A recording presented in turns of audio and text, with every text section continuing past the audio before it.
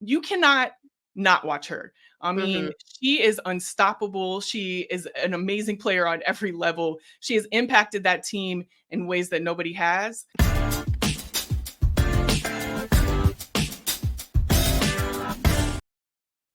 Welcome to We Need to Talk Now, presented by AT&T. I am Alicia J, here with Ashley Nicole Moss. Hello, hello. And Ashley, we are back. You just came back from vacation. How was it? It was amazing. I feel like I need a vacation from the vacation. You know how that goes. I do. So listen, if I disappear again for like a little weekend, you guys know why. Listen, I have yet to take a true vacation, and I'm trying to look at my Girl, get schedule. on it. I Get know. on it. But sports never stops, man. Sports never This stops. is So true. Yes. literally, but I'm trying to follow your lead and take care of myself a little bit with some Yes. self-care and a vacation. So definitely looking at that. But today we have so much to talk about. So much to talk about. Of course, the WNBA has returned. And we're going to talk about Caitlin Clark and Angel Reese. Like, how could we not? But Who also are they? just I know who, what, but also just looking at the WNBA, as we hit this like last month of the regular season. So excited about that. The NWSL is going to be ramping up pretty soon here, and we're going to talk about players to watch with that. This weekend they kick off, and there's a lot of players that we definitely need to keep our eye on. So we're also going to talk about De'Erica Hamby, the lawsuit that she has against the WNBA and the Las Vegas Aces. And then, of course, the US Open is about to start in New York. Like, I wish I was there. Anyone at the US Open, that's on my bucket list. I want to come and partake. So, Alicia J, Ashley Nicole Moss, like we will be up and through there one I've day. been a few times. It's definitely well, I'm from New York, so like, and my dad's from Queens, and Forest Hills is like where the whole vibe goes down. So it's very easy when you're a New Yorker to be involved in the U.S. Open in some capacity. It's just really cool. My only regret is I was obviously when I moved for college and stuff like that, I did not go back for Serena's last U.S. Open, which I hated myself for. Man. What would be your favorite memory, though? The favorite one that you had there? It's a bunch. I mean, I just love the whole vibe of the stadium. It's just very cool to see how Forest Hills and Queens is just transformed, and they really take so much ownership and just so much pride in the whole, week and a half that is the US Open, 2 weeks roughly, and the honeydew drink, the classic. Everybody loves the honeydew. That's probably, as when I got to drinking age, it's my favorite. I just really loved it. And also when I was younger, you kind of cross paths with so many people just in passing. Like, people are walking past you. It could be, Gayle King and the morning show is walking past you. It could be Oprah. It could be Serena. It could be, people are in so close proximity that you never really know who will just pass your way really quickly. And I think that was really cool just to see too. And just, your favorite celebs and athletes. It's just a very cool time in New York. And I recommend anyone who's never been just to try to get out there at least once. It's different than Wimbledon. It's a lot chiller. It's a lot cooler. It's a lot hipper. Not as like prim and proper. Wimbledon, they go to dress to the nines. US Open, people are in there in cute little tennis skirts and sneakers, and it's not about that. It's very New York, and I love that. It's very cool. Well, I love it too. And again, US Open, holler at us. We'll come on out. Give us a call. Holla at us. Listen, before we get into the nitty-gritty of the show, we have some housekeeping we have to do as usual. We want to remind you to follow us on all of our social channels, including our individual socials. We're on X, we're on TikTok, we are on Instagram. And we also want to make sure to remind you to turn those notifications on YouTube if you like to watch us on YouTube as well. And if you are not somebody who likes to do any of that, that's okay, because we got you covered there too. We got a little QR code here. You can scan this and you can listen to us wherever you get your pods. And we are on Spotify, Apple, and all of that good stuff. So make sure you are tapping in with us wherever you like to go ahead and absorb your content. We got you covered. We definitely have you covered. And we also have to give ourselves like a little bit of kudos, Ashley, because We Need to Talk Now is a finalist in the Best Black Hosted Sports Podcast category in the People's Choice Podcast Awards. And Yay. thank you guys so much for voting. And if you did vote, check your inbox because there should be another way for you to vote for us for the finals. So definitely check that. You know, see if anything popped up and put in another vote for us because we really appreciate it. We work hard on the show. We're passionate about it and we're passionate about connecting with you every week. So please, if you could vote for us again, we would appreciate it. Do we know what the last day of voting is? Do we have that deadline or do we not know that information yet? Let us ask Emma. Emma, September 3rd. Okay, so we think September 3rd is the last day. You can go ahead and cast your vote. So you have some time, but don't dilly-dally. Don't linger. Tell your friends. Tell a friend. You know the deal. And we really, really would appreciate it. We appreciate you guys helping us get this far. And it would be really cool in our first year of We Need to Talk Now to win an award. That'd be kind of cool. I'm smiling too hard. Let me not I jinx it. know. Go ahead. No, smiling is never jinxing it. It's just appreciation for the Yeah. opportunity. So definitely. Well, we have an opportunity to watch the WNBA now. It is back in full effect. So excited. I was missing it. I'm not going to lie. I mean, I know we had Olympic basketball and that was very exciting, but Mhm. I was definitely missing the WNBA. And Ashley, you know, coming out of this break and going into this last month of the regular season, which Yeah. team do you think looked the best coming out of the break? I think I know what you're going to say. Well, I mean, you always know who I'm gonna go with, and that's my New York Liberty. I mean, come on now. Like, let's act like we've been here before, Alicia. But the impressive thing about this is I'll say about my Liberty, they killed it in that first half of the season prior to the hiatus. And going into the hiatus, they were the leading team. They had the biggest win streak. So I know people are on the side of, breaks are great for the body and things like that, but I'm also on the side that sometimes too much of a break can kill your momentum, and especially when you're talking about Stewie and Sabrina who are killing it in the Olympics. Team USA secured the gold. That's a lot of strain on your body between going from playing a first half of the season, going into the All-Star weekend, then from the All-Star weekend, going into exhibition games, from exhibition games, going into the actual Olympic Games, having maybe 2 or 3 days off, not including you got to fly back from Europe, that jet lag on your body. Now your body's back on your original time clock. It's not the break that some of their peers had who could have taken a vacation or just chilled at home with the family. It's a different type of break. It's a non-existent break, if you will. So Yeah. the fact that they came back from that, still had the same tenacity in their game, still had the same momentum in their game. The team did not lose a step when it came to their chemistry as a unit. The way that they were flowing offensively and defensively is just so impressive, because I don't think anybody would have blamed them if they looked a little like discombobulated out there with just the whirlwind of what the past few weeks have been for them. But the fact that that was not the case for me, just so impressive. They look so amazing as a team, as individuals. The Liberty I just feel like they were such a great team last season, but they hit a different gear this season. They've hit a different notch, a different tier. And I'm just really excited to see this team in the final push of this last month going into the playoffs. I completely agree. They were going to be my pick too. They have not missed a step since, the break. we'll put it in quotes, the break.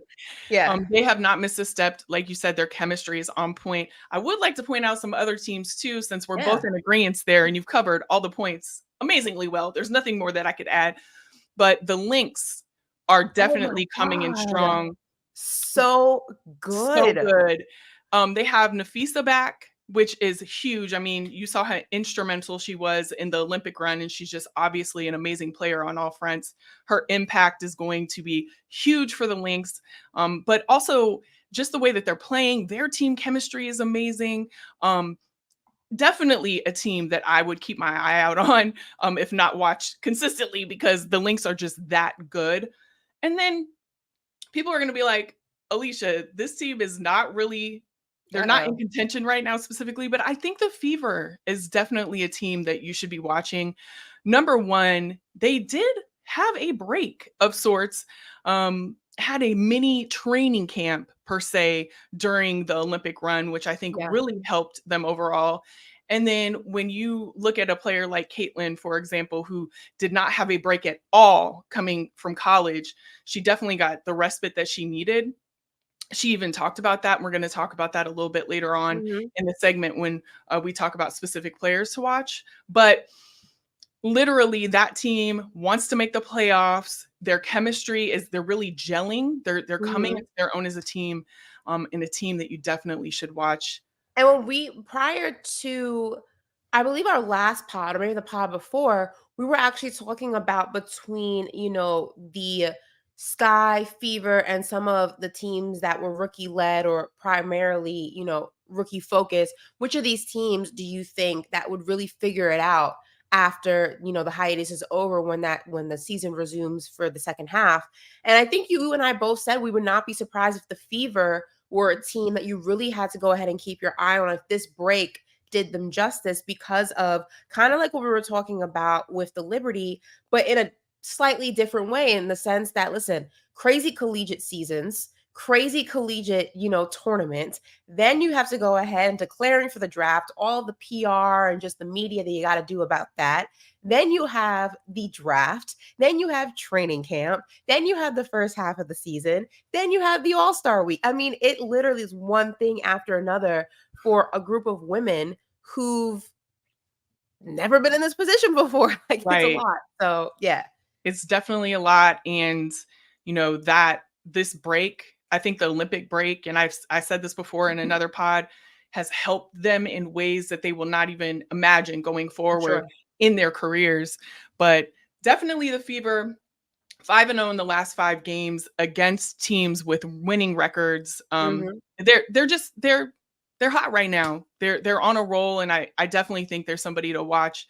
Another team would be the Connecticut Sun. They've been Mhm. dominant this whole time, but something happened yesterday that we need to talk about with them. And that is they had the first ever game in TD Gardens. Um, they had Home of the their For people who don't know, that's the home of the Boston Celtics. Yes, home of the Yeah. Boston Celtics. Mhm. Let me talk to you. I don't know why I just assumed everyone would know that, but they don't. So, home of the Some Boston people, I Celtics. don't Yeah, it know. was the first ever game there. It was sold out, completely sold Mhm. out. And Dejanay Carrington had some comments where she did not feel like they adequately advertised or pushed this game. And I'm going to read this so that everyone knows what she said. I'm going to keep it real all the time. I feel like Connecticut as a franchise is historically disrespected. So Ooh. sometimes if you want something, you got to go out there and do it yourself. And we'll speak on that in a moment. So that's why I did it for us. I think there could have been a lot more publicity or promo from the top. Connecticut had announced that we were having this game probably almost a year ago. There was ample time to do what needed to get done. And then she also went on to say that the game should have been on a national television broadcast. You shouldn't have to pay for any type of subscription to see a game that is this historic, in my opinion. And when she's speaking of what she did herself, or she did what she had to do, she tweeted about this. She basically did a tweet to let everybody know that this game was happening. She Mhm. felt like people needed to know, and as she said so eloquently here, she didn't feel like it was pushed enough. So when you hear this, Ashley, what are your thoughts? I mean, yeah, she even basically, look, like, I agree with this. I think that she made really good points, that a game that was this historic, sold out 19,000 plus, first WNBA game to ever be in the TD Garden, so historic. And to not be able to see it because you didn't have a certain subscription or because you weren't in a particular market just seems unacceptable, because I think that it's one thing for you to adhere to those rules for regular season games. And I understand that, that's the case. It's no different than any other sport unless you buy, the WNBA package or the NBA package. If you're not in a particular market, you're not going to see a specific game. And that goes for sports all across the board, right? But I think there should always be exceptions to the rules. And when you're talking about history being made, and when you're talking about, something that has never been done or has the potential to be made into history, that should be something that's universally being able to be seen by fans of the sport. And I think that the league did this team a disservice, did WNBA fans a disservice by not allowing this game to be one of those just universally seen sporting events. The Super Bowl, not and I'm not comparing this to the Super Bowl, I'm just using it for an event that is, historic usually and breaks records. The Olympics, for example, use that as an example better, keep it in basketball. The gold medal game for Team USA, you didn't have to only have Peacock to be able to see that. It was a game that doesn't matter what services you have, where you were watching it, there were multiple ways for you to watch that game because there was history on the line. It was a big deal. I feel like this is in the same kind of conversation. And I just think that it's falling short once again by the decision makers to help grow the game, to help showcase how impactful the game can be, and to ultimately show that it's not just a particular genre of people or demographic of people who are interested in the WNBA.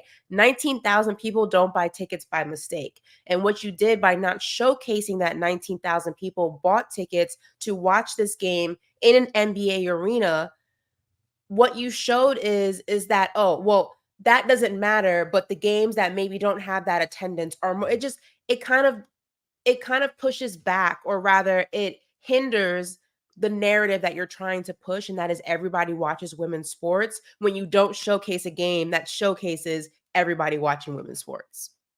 Fully agree. And I agree with Dejanay too that traditionally the Connecticut Sun has not been pushed the way that they should. And I would even argue her as a player. There are definite misses when it comes to marketing this sport. There just is.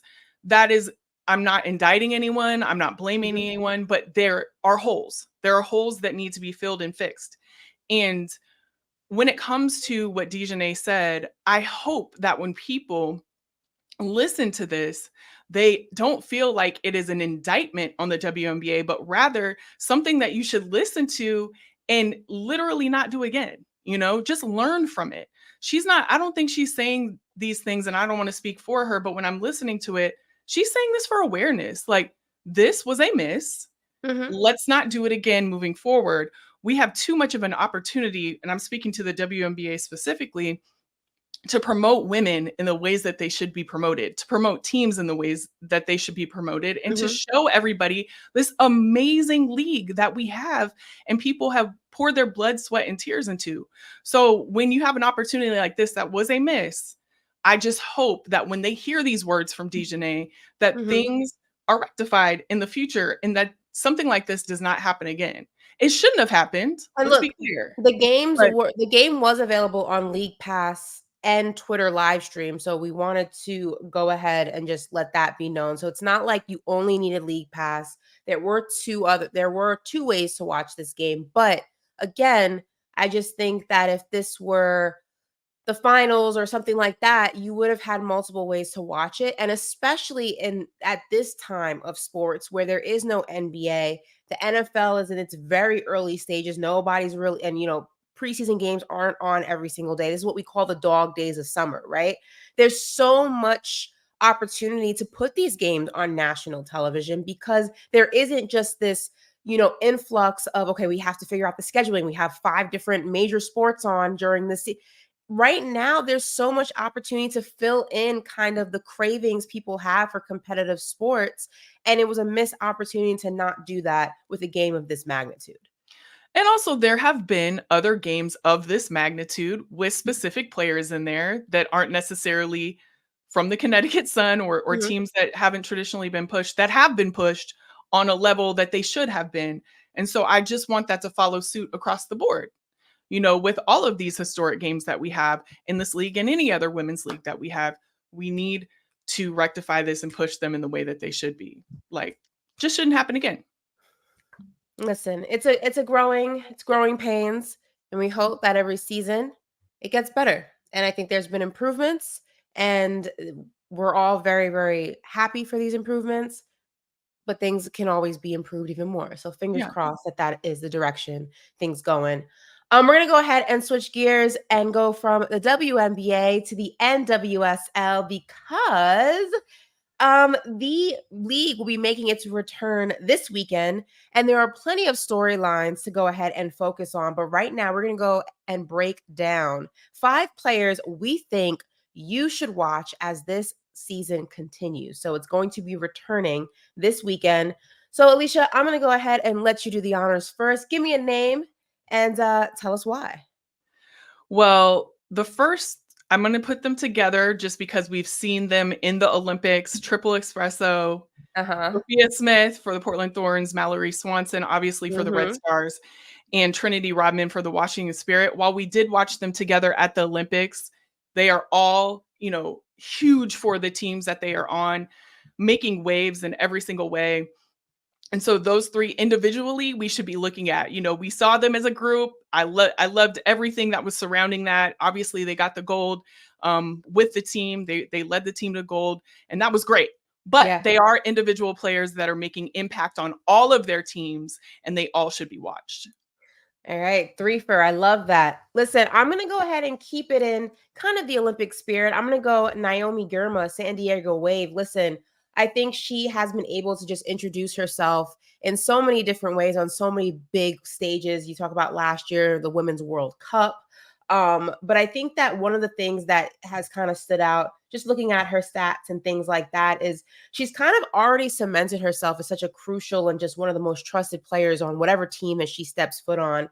And I think that really has to do with just her defensive work. And I'm a big fan of defense when you talk about any game. I'm really a firm believer in that old mantra that defense wins championships. Emma just told me Emma Hayes called her the best defender she has ever seen. That's a huge, huge accolade coming from Emma Hayes, who we absolutely love on this show. So for me, she is somebody that I am keeping a very, very close eye on. I'm excited to see how her defense continues to grow. I'm excited to see how her defense continues to positively affect her team.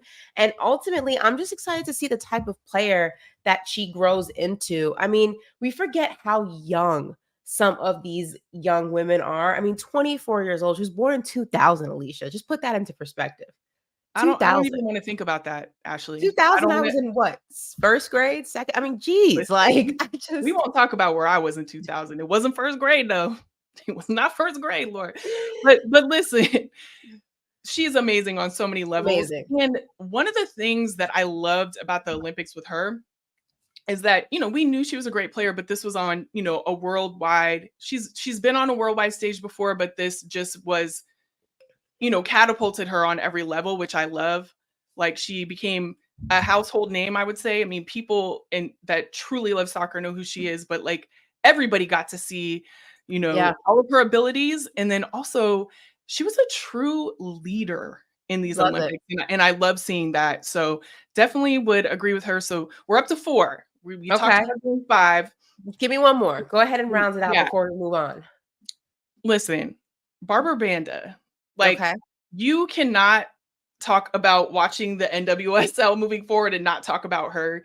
She transferred to the Orlando Pride about like, I don't know, at the beginning of, or she transferred to the Orlando Pride recently, right? But since then, she's had 12 goals in 12 matches, Mhm. 5 assists. I mean, she set her teammates up for success. We're just coming back from a little bit of downtime, First of all, but Orlando's undefeated right now. Let's put that out there first, yeah, Alicia. and then Start there. also but she's also leading for the Golden Boot. She's leading for that. You cannot not watch her. I mean, Mhm. she is unstoppable. She is an amazing player on every level. She has impacted that team in ways that nobody has, obviously with their record and everything. So she's definitely one to watch. Period. Definitely one to watch. And when we talk about watching and what we need to watch and one to watch, Alicia, we're going to talk about what kind of happened over the break. And I know you have strong feelings about this. So I'm going to tee this up for you and I'm going to let you just run with it. All right. So if you've missed it, San Diego hired U.S. men's national team legend Landon Donovan as their interim head coach. Now, the reason why this is a little bit eyebrow raising, I'm going to let you know in a second, It comes despite Donovan having no coaching experience in the women's game and very limited experience on the men's side. Now, I know some people will be saying, well, he's a soccer legend. What does he need coaching experience for? Not all players can be coaches. I want to make that very clear. Just because you've played a sport doesn't mean you can coach the sport. And just because you've played a sport extremely well doesn't make you a great coach either. The two are not related. It doesn't always go over that way. I just want to make that very clear. And if you don't believe me, I want you to go and look up Phil Jackson and why he says he made a better NBA coach than he did player. But that's a different conversation for a different day. Now, the interesting thing about how this happened is Jill Ellis reached out to Landon Donovan over text to see if he had any coaching candidates. And through that conversation, he put his own name up for the job, called it, quote, called the learning curve, quote, steep. He made his debut Tuesday, coaching the team to a 2-0 win over Santa Fe in the team's first. The team's first. Emma, do not let me mess. Thank you. There we go. Don't let me mess that up, Emma. Group stage game. Now, Ellis messaged Donovan looking for someone to coach the team throughout the end of the season, and could he recommend a candidate? And this is what he said. He said, quote, Alicia, bear with me. I know you're itching. Bear with me. This is what he said. He said, quote, and I thought about it for a little bit. I didn't respond for a few hours. I talked to my wife and I said, that could be interesting. And so I sent Jill a message back and said, there's some people I could think of, but I would also be interested if you want to have that conversation. And she called me and we started the process. End quote. Alicia, the floor is yours. How absolutely ludicrous is that? That this has nothing. I'm taking Landon Donovan out of this, okay? Because Landon, he took his shot to become a coach, and he got it. So no indictment on him, because all he did was say, "Hey, what about me?" Put He shoot a himself shot in like there, that. and he got it. He shot it. He made it. Okay. But what my thing about this is, what are you doing, San Diego Wave? What are you doing? Because you have a winning coach, Casey Stoney. Like, mind you, she did have a rough start. They Mhm. had a rough start, but she did things for that specific team that were great and withstood, I would say, what that start was. Like, she won things for that team. They had winning records. They had amazing seasons. And so, but they make this change, right? And you have no backup plan at all. When you have a perfectly winning coach, you have no backup plan.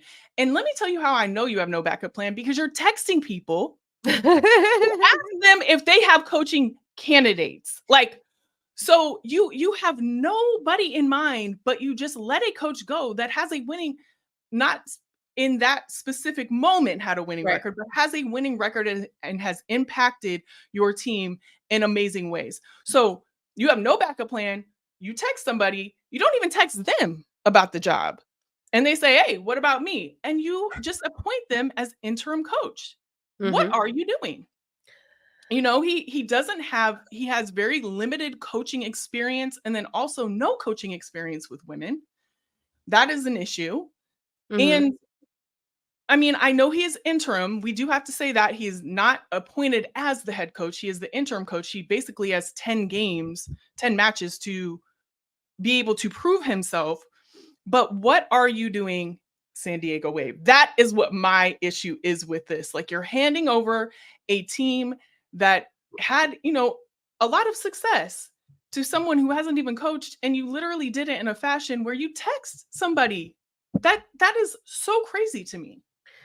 Yeah, it's definitely it seems just a little bit that not it just seems that nobody really had a chance once that conversation kind of began. It didn't go through the due process. And again, I'm not mad at him shooting his shot. And a lot of the industry is like who you know, not necessarily what you know. And I think that's true in so many different facets of business and things like that. But I do think that it should have still been a proper process of interviewing candidates. And even if ultimately Landon is who you ended up with because maybe he had a leg up on his competition when it came to knowing the right people, I'm not mad at that. But it just seems like for 1 minute, there was a plethora of people to choose from, and the next, a text conversation just changed all of that. I'm not mad at it at the end of the day. Like, it happened the way it happened, but I know if you were up for that opportunity or you were hoping you were up for that opportunity, you're highly disappointed.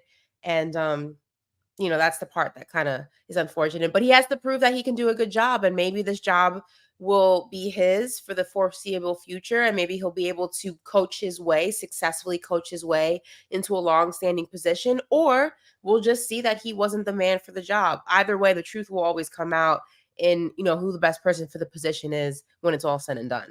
Well, and I hope that he does well. I want Yeah. the club, I want the San Diego Wave to do well. I'm definitely not saying by any means that, you know, they shouldn't. I Yeah, hope that he of course does, so. but when you look at the overall process, is like you have to wonder like what is going on with that team, in that Yeah. front office when you fire a perfectly good coach who could have proven herself as well out of that, kind of rough start that they had, to appoint someone who doesn't have the experience and have them prove themselves. Like it just doesn't make sense.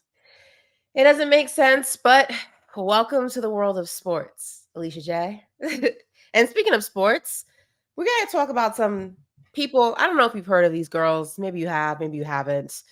Hmm. I don't know. Do you know two Never girls heard by of them. the name of Caitlin Clark and Angel Reese? What's going on with them? Man, they are just rolling. Like I just love to see how they're impacting both of these teams that they're on and how they came out of this break.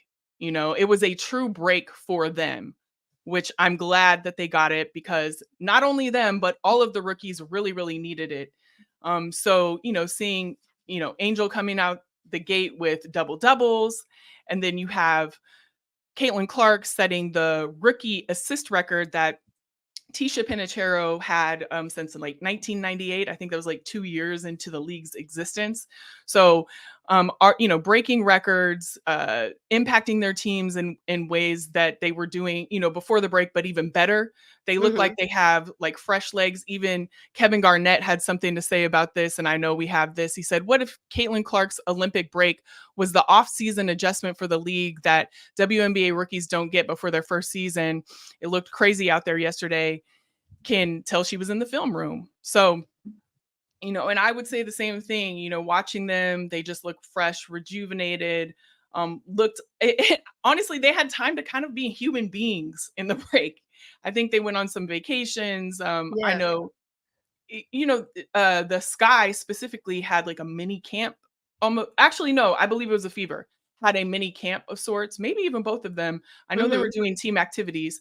So, listen, it's great to see. And in this last month of the regular season, we're going to see some amazing things out of them that we've already seen historic stuff almost every Yeah. night from Yeah. each one of them. So, it's going to be great to see it even more. And I think we've been talking about this when it comes to the rookie of the year race. It's between these two women and these two women only. I think that's very safe to say at this point. And it's just been fun to see them go back and forth, and those conversations kind of fluctuate. 1 minute somebody says it's Angel, the next it's Caitlin. And I think it's just cool for the story of, another chapter in the story that is Angel Reese and Caitlin Clark as like this entity together almost. I just think that so much of their successes and their careers have been intertwined, going back to college and then the draft. And for better or for worse, they're always somehow connected. And I just love that right now it's for better because they're both chasing that Rookie of the Year award. And I just think it's cool because, you're going to see.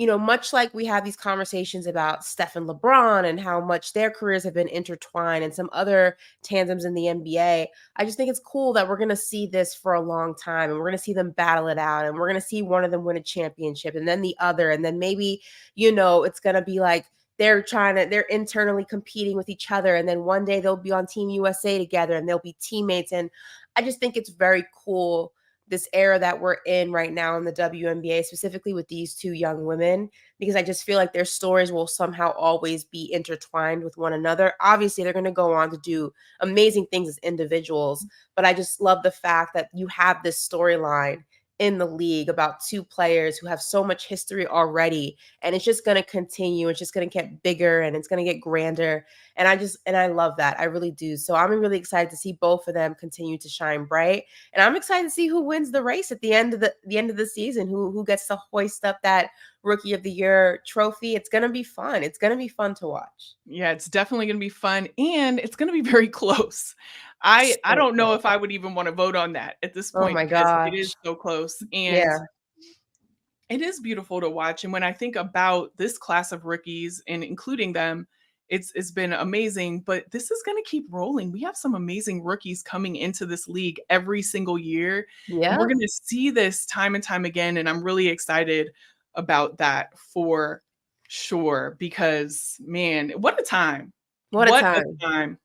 And speaking of time, it is now time for Connecting Changes Everything, presented by AT&T.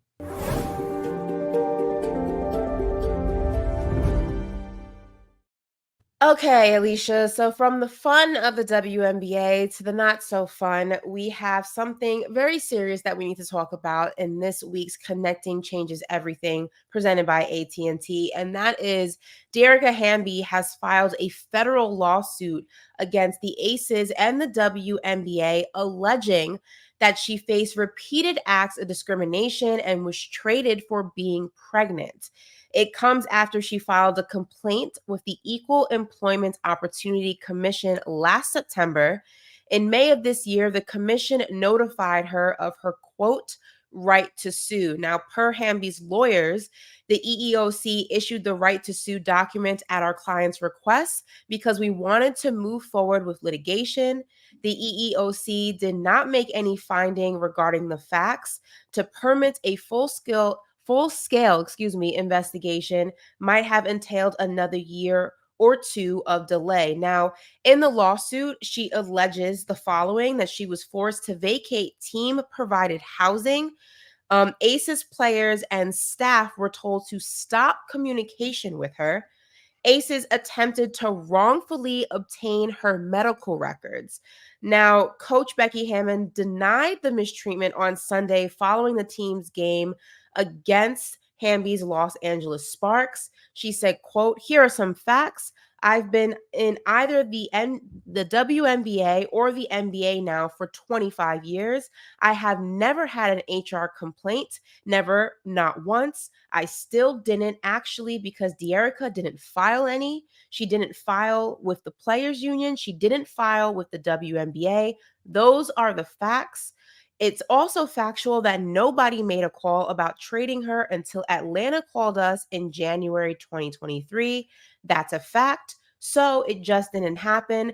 I'm sorry. The bullying, I spoke with her every day. If she wanted to practice, she practiced. If she didn't, she didn't. The over the top care, actually, the over the top care, end quote. Now, there were screenshots of the deposition, and this that there are things that kind of don't align with Becky's statement. Now, that's out there for you to read on your own accord. We don't have all of that information here with us to share with you on the pod, but there is court documents that again tell a different side of what Becky Hammond said in that quote on Sunday. Alicia, I mean, we've kind of seen a similar story unfold with Skylar Diggins-Smith, which ultimately ended her relationship with Phoenix. And now she's in Seattle, absolutely killing it and just happy. But it's not like we haven't seen, again, these are all allegations until proven to be true or not. But we have seen things like this happen in the WNBA, unfortunately. Like I said, most recently I can think of is Skylar Diggins-Smith. What are your thoughts on Dearica's situation?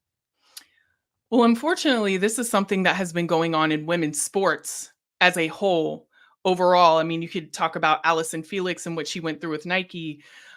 You could talk to a lot of the players that started the WNBA and how they felt like they couldn't get pregnant because of this. That is on record. people saying that over and over again. There is no room for this anywhere, right? There's no room for this just as a woman who is just working, right? There's no room for this as a woman in sports. There's no room for this anywhere. And when you see these allegations, we have to say they're allegations at this point. Um, there is a lot that goes on within this league that we do not know about or are privy to. And in the least, the pressure to not be pregnant during certain times of the season is there. And that's just a fact. I hate that this is going on. I hate that this, again, alleged, but could be something that happened within the league. And I want to speak specifically to what Becky Hammond said in her interview about no HR complaints. We all know what HR is about in certain ways. And there are a lot of people who don't feel comfortable with going to HR with things of this nature because they know that at the end of the day, it may not serve them.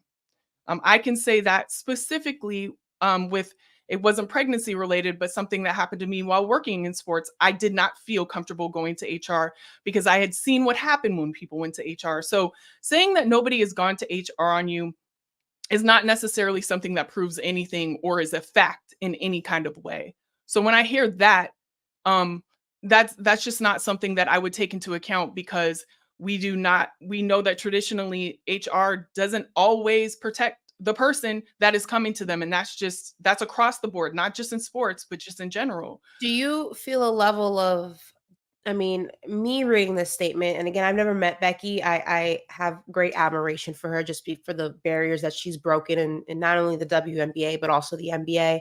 I was somebody who was heavily advocating for her to get a head coaching job in the NBA because I think she's immensely intelligent and just qualified. But just from woman to woman, the statement was just very disappointing to me. Mhm. Even if there are differences in, recollection of events and, Becky doesn't really agree with, De'Erica's recollection of things and what that's fine. There's always multiple sides to a story and then there's a truth. That's the saying, right? But I just hate statements like this because it doesn't show any type of compassion that maybe the experience of De'Erica being pregnant on the Aces wasn't what she would have hoped it would be, and how difficult it is being a woman just in an industry in general that's competitive. I mean, we can talk about the media side of things where getting pregnant is almost like a, oh my God, now you know what I mean? It's not always celebrated. It's sometimes a hindrance and it's fearful because you don't want to lose your position, you don't want to lose your job. And I don't know, I didn't feel from her statement there was enough, I don't know, compassion. Maybe that's just me. Maybe I was expecting a little bit more, but I would have expected not her owning up to anything that De'Erica said or not it's a legal thing, but just showing a little bit more compassion woman to woman. I don't know. I just feel like that was missed in this quote. Definitely missed, and I think that has been something that has been overall missed in this whole thing, is that if there was a little bit of compassion, I would feel like maybe there was, maybe I don't even want to call it a misunderstanding, but that's not the case. The defensiveness leads me to a place where it's like, I know that she was feeling stress. It just and I mean, the reaction to this from De'Erica has very been calm and just saying there needs to be more done about this because this was my experience. Her statements that she's made have never like been brash or anything. If anything, they've been very calm in my opinion. And her just saying this is what it happened, this is what happened on my end, and this is what I feel like should be done about it. And what has been handed down has not necessarily been what I feel like should be. She's looking for compensatory damages, but one fact that there is that Becky has already been suspended for 2 games, and the Aces lost a draft pick for violating respect in the workplace. So there's something there that people are working off of. There's a Yeah. reason why she was able to file a suit like this. Yeah. And so those are the facts that I'm looking at when it comes to this, is that you've already been suspended for something in and around this after an investigation was had. And also I know that they said that an investigation would take too long. There was something along those lines Mhm. when we spoke about this. But when it comes to investigating any type of things surrounding this, put in the time to do it. Get to the bottom of it. Like even in and around this suit, like let's actually stop this from happening again. Stop these pressures from happening. Stop people from feeling like they can't get pregnant when they want to, or that they have to disclose certain information that really is nobody's business. So I hate that this situation has happened all the way around, but I want there to be some justice for whatever is found to be happening. And we've already seen a small, tiny bit of, suspension, but there's more to this story. And I really hope and pray that they get to the bottom of it in the way that it should be rectified, because there's no room for this in the WNBA or any league, period. Absolutely. Well said. And we'll be keeping an eye on this story as it continues to progress because we know that it will. But we're going to wrap the show with something light real quick. And that is what's up now. And what's up now? It's the US Open, everybody. One of my favorite times of year. Yes. And there's so much to look forward to. The infamous honeydew drink, who's wearing what, who's sitting where. But players to watch is also something that should be on everybody's radar. And for me, it's Coco Gauff I all mean, day, yeah. every day. She also will grace the iconic Wheaties box in time for the US Open. I think that box actually is already out in stores. If you know this, you know that that is a big deal for all athletes. Michael Phelps, Serena Williams, you name an athlete, they probably have had a Wheaties box if they are the top of the food chain Mhm. in their sport. So I'm excited for Coco Gauff. I am team Coco all day, every day. I love what she's doing on and off the court. It's exciting to see, some young, fresh meat, if you will, in a tournament that has been dominated by the Williams sisters for so long. I'm excited for this new chapter. What are you looking forward to, Alicia? Obviously Swiatek and Sabalenka, like, definitely want to look for those seeded players for sure. But a player that isn't seeded this year that I definitely look forward to watching is Naomi Osaka. Ooh, She comes in at like 86, I believe, unseeded. Um, Definitely, she's had some interesting playing days since she has given birth to her beautiful baby. But one thing that I'm excited to see is that she is going after it despite how she's feeling. She had a statement the other day that she's really just not feeling like she's in her body. Like her which makes body is, sense, girl. yeah, She gave which makes birth. sense postpartum. All of those things are going on, and she was very transparent with that. And I just love that she is out here doing US Opens and literally just working it out as she goes, being very transparent. And she hasn't been at a US Open match since like 2021. And so I'm really excited to see her out there. I appreciate the way that she shares with us the what she's been through and just working through it with us in real time. And I just wish, success in every area for her. And I just want to see her at this US Open. So she's been looking great in practices, and definitely Naomi Osaka is one I'm looking to watch. Love it. Listen, whoever you're rooting for, whoever you are tuned in to see, you cannot go wrong with the US Open. It is kicking off. I believe it kicks off Thursday. Am I right, Emma? Monday. Sorry. Usually get it's like the pre stuff that's happening now. Yes. Monday, the US Open kicks off, and it's about 2 weeks of just nothing but tennis, nothing but incredible matches. And we will keep you posted on all things US Open, WNBA, and everything in between on next week's episode of We Need to Talk Now. But we want to remind you to follow us on all of our social channels right here below. The usual, the regular schmegular, Instagram, TikTok, and X.